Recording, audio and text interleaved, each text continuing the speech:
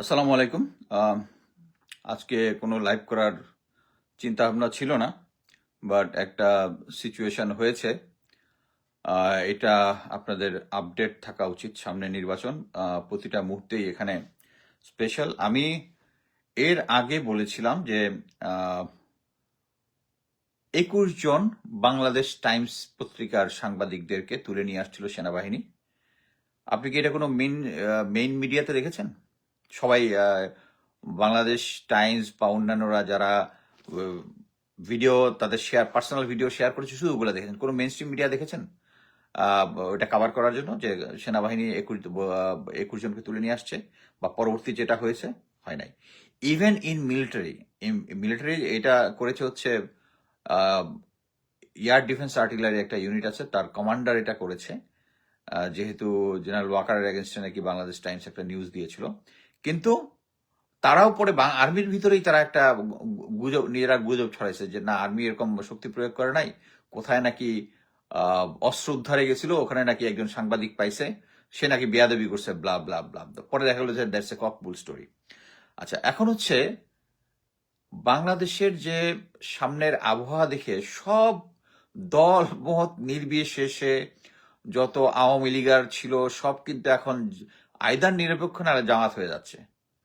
Less DGFI, একমাত্র এই DGFI কাজ করে যাচ্ছে অনবরত আওয়ামী ভারতীয় জেনারেল ওয়াকারিও স্টাইলে।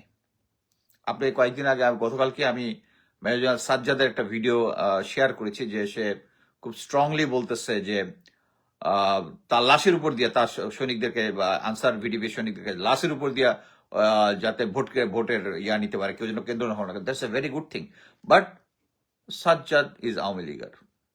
বাট আই অ্যাপ্রিসিয়েট যে সে বর্তমান সিচুয়েশনে তার দলকে সে স্ট্যান্ড ঠিক মতো দিতে গুড। I appreciate. আচ্ছা, ডিজিএফআই এর একটা ব্যুরো আছে, মিডিয়া অ্যাফেয়ার্স ব্যুরো, ডিজিএফআই। এরা প্রতিদিনই ইনস্ট্রাকশন দেয় কাদেরকে?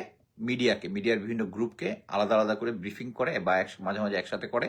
এবং এই ব্রিফিং এর প্রেক্ষাপটেই কিন্তু বাংলাদেশ টাইমসের 21 জন সদস্যকে যে সেনাবাহিনীর উত্তরা ক্যাম্পে নিয়ে গেছে, ওটা আসে নাই। আচ্ছা, তারা যেটা দিয়েছে রাত 8টাতে, গতকালকে, মানে এখন তো রাতে, ওই দিন রাত 8টাতে মিডিয়া অ্যাফেয়ার্স ব্যুরো যেটা বিভিন্ন মিডিয়ার সাথে বৈঠক করেছে। আচ্ছা, তাদেরকে নির্দেশ দেওয়া হয়েছে কি কি, আমি পড়ে শোনাচ্ছি। ভোট দখল সংক্রান্ত খবর প্রকাশ করা যাবে না। কেন যাবে না কেন? এই জন্যই কিন্তু ওই যে 400 গজের মধ্যে বলছিল মোবাইল নেওয়া যাবে না। সো আপনারা ওইরকম 21 জন তুলে নিয়ে আসছে, ওইটা সংবাদ শুধু মিডিয়াতে পাবেন, সোশ্যাল মিডিয়াতে, মেইন মিডিয়াতে পাবেন না, যেহেতু তারা প্রেশার দিচ্ছে। আচ্ছা, মিডিয়া সম্পূর্ণ নীরব ভূমিকা পালন করবে, শুধু জামাতের বিরুদ্ধে ন্যারেটিভ তৈরি হবে, জামাতের বিরুদ্ধে করা যাবে।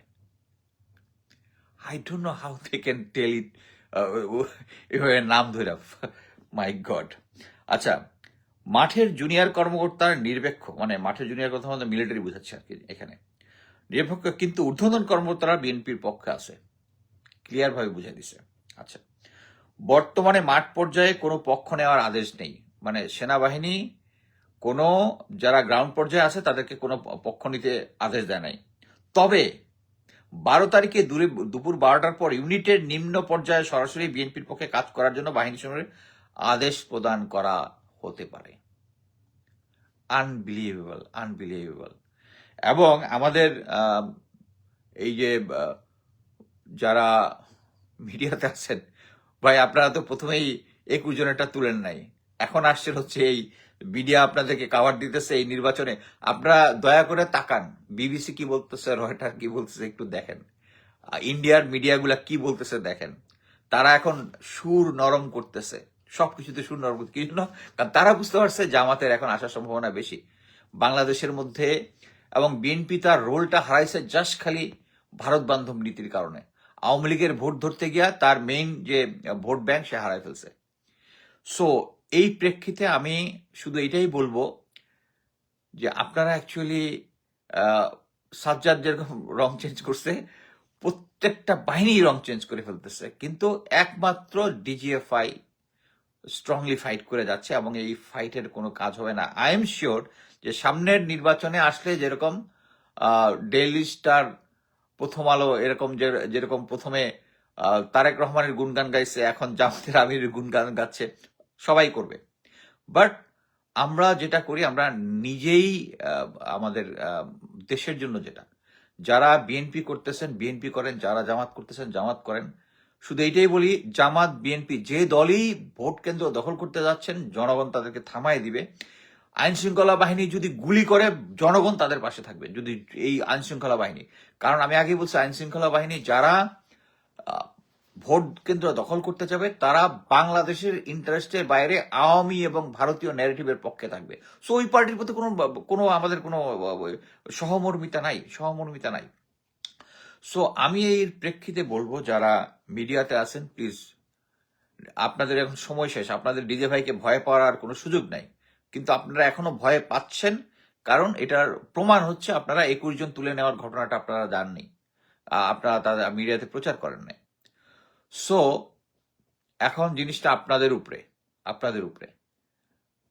ভোট জনগণ আদায় করেই ছাড়বে, তাদের ভোটের রাইট এবং ভোট দেওয়ার। ও আচ্ছা, আরেকটা জিনিস, আইজি বাহার সাহেব কি বলেছেন? আচ্ছা, আমি এটা ইয়াতেই আমার স্ট্যাটাস থেকে আমি পড়ে শোনাই। এটা কি? আচ্ছা,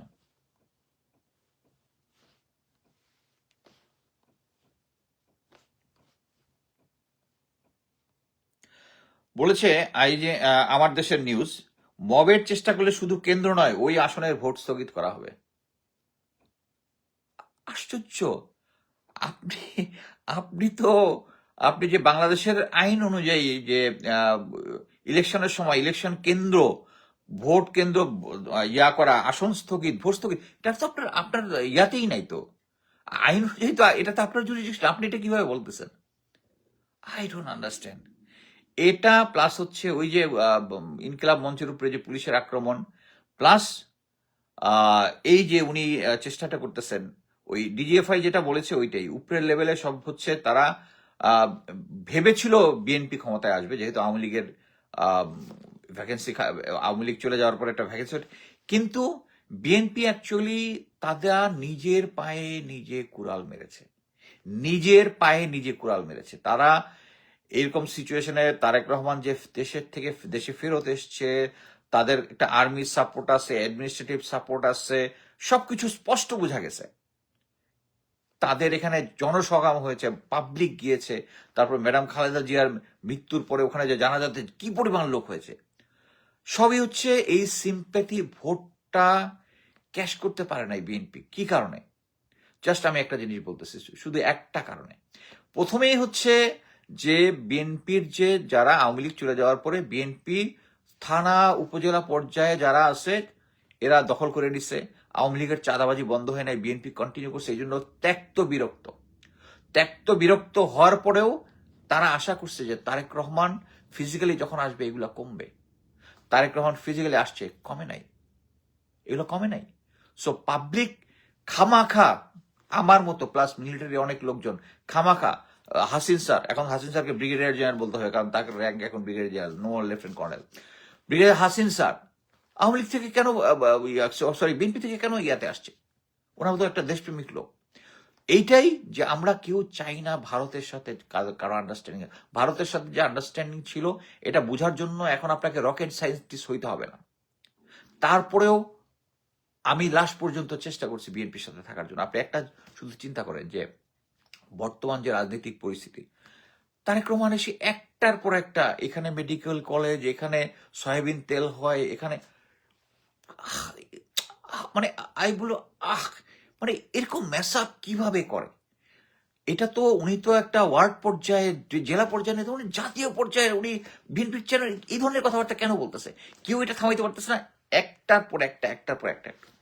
এইখানেই হচ্ছে আমি বলবো তারেক রহমানের সিনসিয়ারিটি নিয়ে আমার যথেষ্ট সন্দেহ আছে। এবং এই সন্দেহর কারণ, উনি তো একটা ঘাপলা হলে তো আরেকটা, মানে আমরা কেউই 100% রাইট না, আমরা ভুল করি। ভুল করলে ভুলটাকে শুধরানোর জন্য একটা ইয়া থাকে। তারপরে মনে করেন, আমি একটা জিনিস বলি যে আমি রাজনীতিতে আসবো, আমি জানি আমি শহীদ প্রেসিডেন্ট জিয়া রহমানের ছেলে।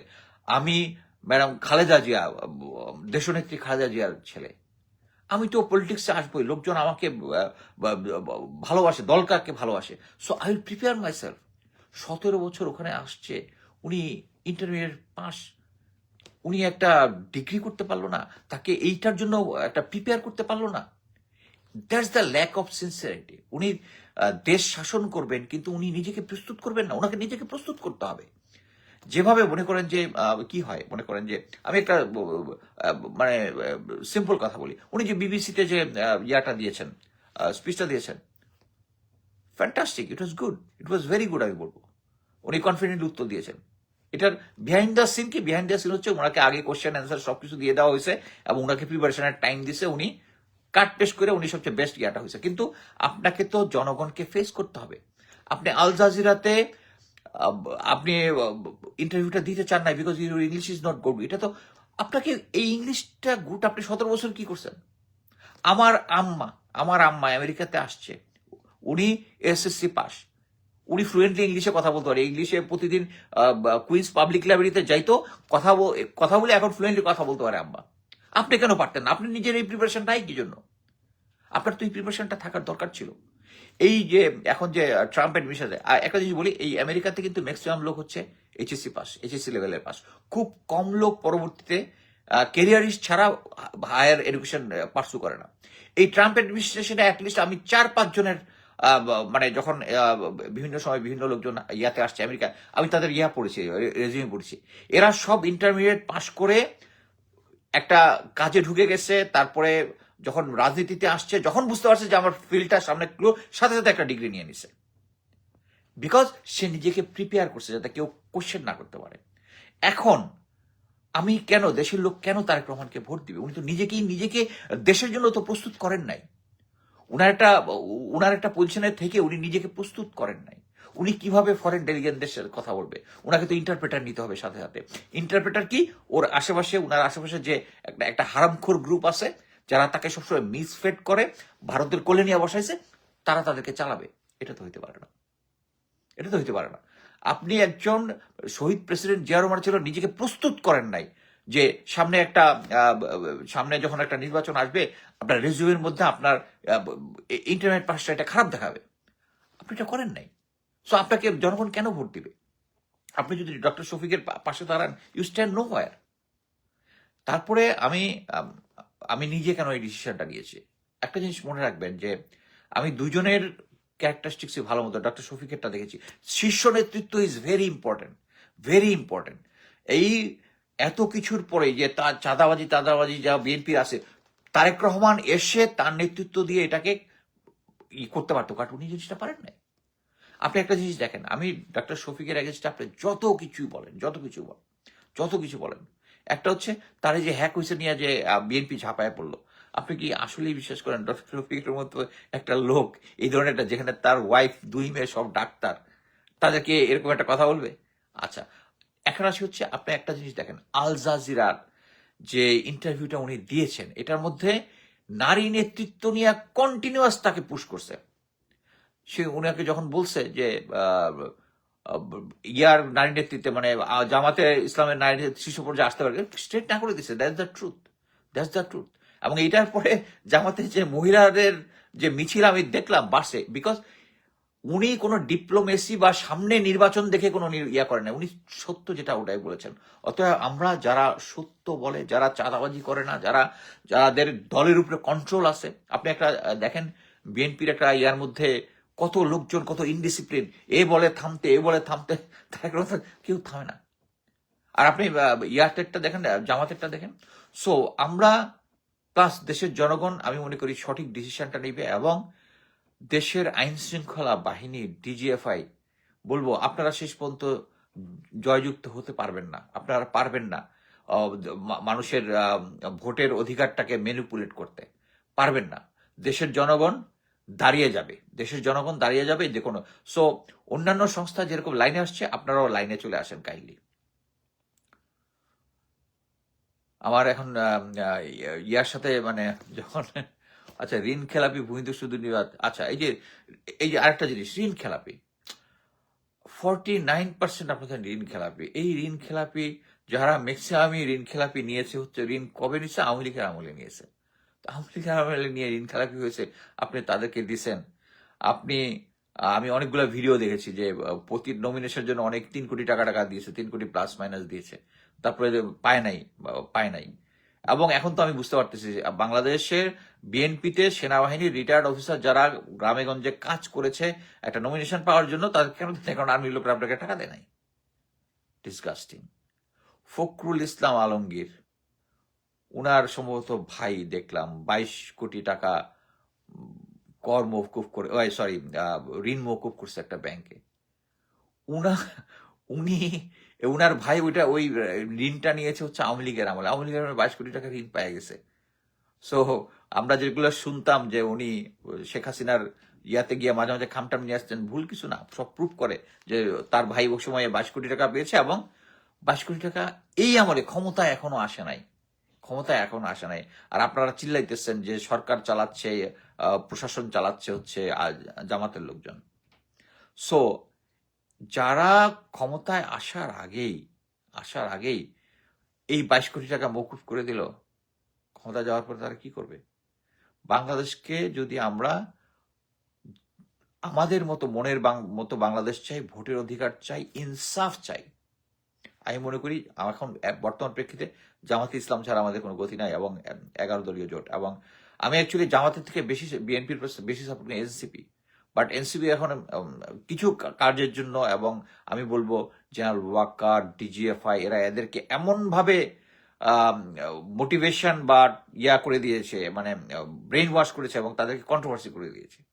এবং এইটাই হচ্ছে সবচেয়ে বড় রাজনীতিবিদদের জন্য সবচেয়ে বেঁচে থাকার সবচেয়ে বড় জিনিসটা হচ্ছে ভারতীয় হেজিমনি থেকে বেঁচে থাকা। এরা সবসময় আপনাদেরকে টাকা পয়সা, নারী, এগুলো দিয়ে ইনফ্লুয়েন্স করে আপনাকে তখন আপনাদের মতো করে চালাবে। এটা থেকে অ্যাটলিস্ট আমি মনে করি জামাত অনেক সেফ আছে। সো আপনারা 12 তারিখে নিজের ভোটটা দিবেন। হ্যাঁ, যাকে ইচ্ছা তাকেই দিবেন। আমি আমার পয়েন্টগুলো বললাম, আমার যুক্তিগুলো বললাম। আমার যুক্তি আপনি নাও মেনে নিতে পারেন, আপনি বাট ভোটটা আপনারা দেন। সো আমি মনে করি যে শেষ পর্যন্ত ডিজিএফআইও এক সময় এসে মাথায় হুঁশ ফিরবে। পুলিশের যে ঊর্ধ্বতন কর্মকর্তা যারা বিএনপির সাথে অলরেডি আন্ডারস্ট্যান্ডিং করে ফেলেছেন, কিন্তু মাঝখানে যে এই মানে একটা গণজোয়ার যে হবে জামাতের পক্ষে, এটা তো ওনারা বুঝতে পারেন নাই। সো এখন একটা ইংলিশে একটা কথা আছে, cut your coat according to your cloth. ঠিক আছে? আপনার প্যান্ট লাগতেছে না কারণ আপনার শরীর ভারী হয়ে গেছে, অতএব কেচি দিয়া পাছার মাংস কাটা দিয়া প্যান্ট পরবেন, তা তো হইতে পারে না, তাই না? সো আপনাকে সেই অনুযায়ী অ্যাডজাস্ট করতে হবে, সিচুয়েশন অনুযায়ী। সো বর্তমানে যেটা আছে, গণজোয়ারকে এবং বাংলাদেশের লোকজন ভোটের অধিকার এবং তাদের রাইট, যেটা 1,500 প্রাণের বিনিময়ে লক্ষ্য অর্জিত হয়েছে, ওটাকে আপনারা বাধা দেওয়ার চেষ্টা করবেন না। ইনকলাব জিন্দাবাদ। ধন্যবাদ।